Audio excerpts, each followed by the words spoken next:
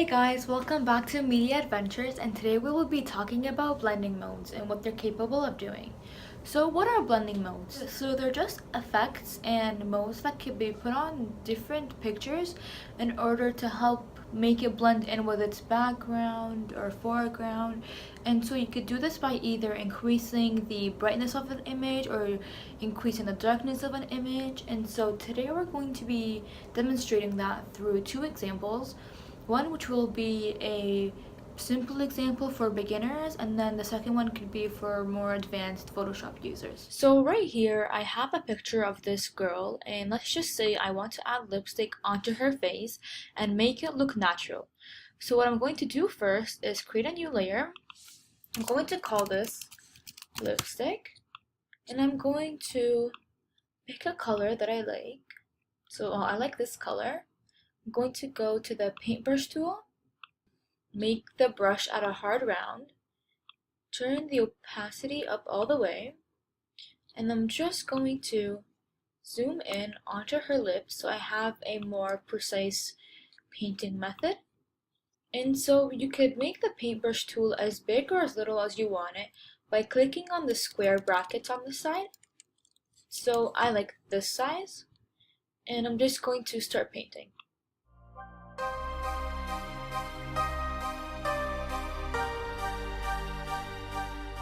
Okay, so right now you might think she looks crazy, but just bear with me and we'll see what we could do. So right now I'm going to go to the move tool, hold down shift, and you could play around with the plus sign and then you could see what looks good on the lips. So I think that multiply looks good, so I'm going to keep it. What multiply does is it just brings out all the darkness in the picture. So it clearly got rid of all the highlights, so we're going to have to add the highlights on our own back in. So we do this by double clicking on this, and so the blending options pop up. So we're going to click Alt and press on this so they break apart, and you want to stop right when you start seeing the white parts coming, because you don't want it to be overexposed like that. You want to make it around right here, and like that. Okay, so I like how this looks. I'm going to press OK.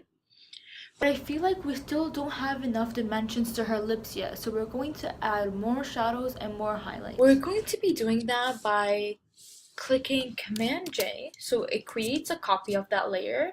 However, we're going to choose Screen.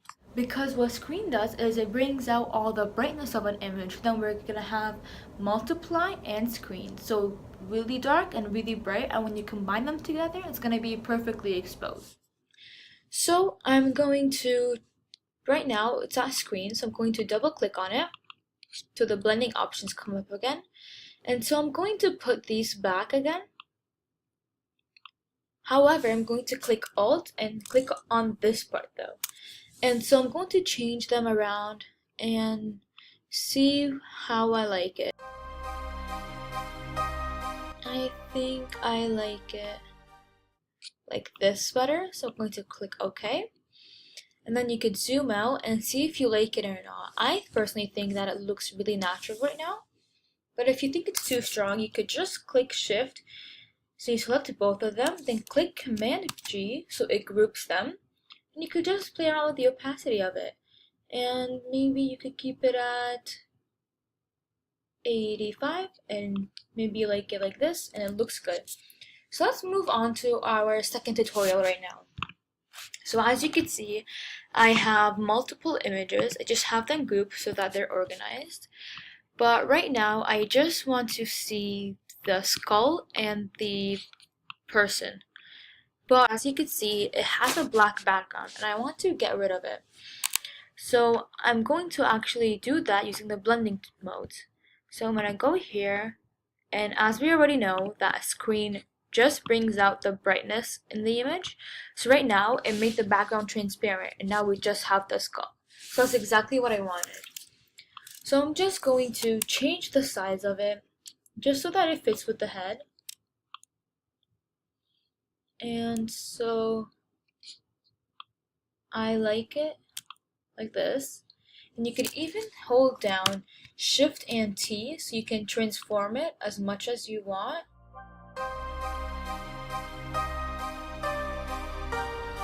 And so I like it like this. For now, I want to add a layer mask onto it. Click on the paintbrush tool again. Make sure that it's on black. Make your brush soft. And then you can make your brush size bigger. And then just erase some parts of the skull so that it blends in better and you could see the head coming out so that it looks like one image. And so take your time with this process because it's going to require a lot of precision.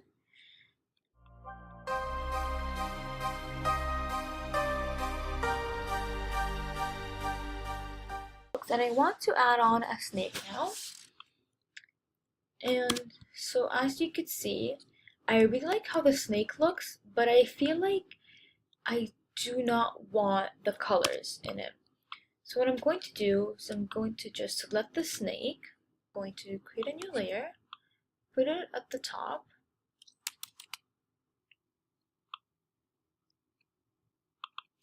and then I'm going to just add a gradient map to it. So we're going to pick whatever colors we want. So I want a deeper purple. So I like how this looks. And then I want to change the bright parts. Make them a bit whiter.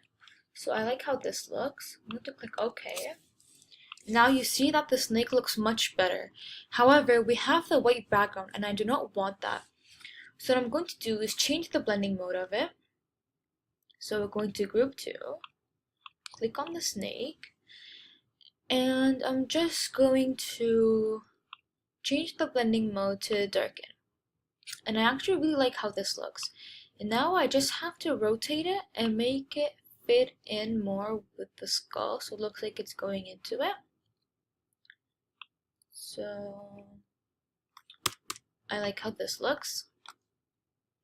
And then what I could do is I'm going to turn on this other layer and I want to add texture to my picture. But as you can see, the spots on here are black and the background is white. But I just want the spots to be white and I don't even want the background.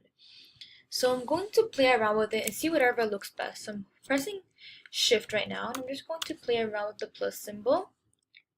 So click on the move tool first. And just, I actually like how darken looks. Color burn looks good too. Multiply looks good. It adds a cool filter. I think I'm going to stick to darken though. So I'm going to just make it bigger.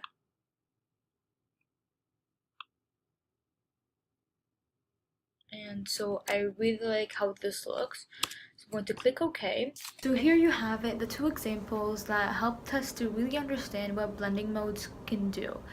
And I hope you guys like this video. Please make sure to like and comment and subscribe to my channel and make sure to tune in for tomorrow's video.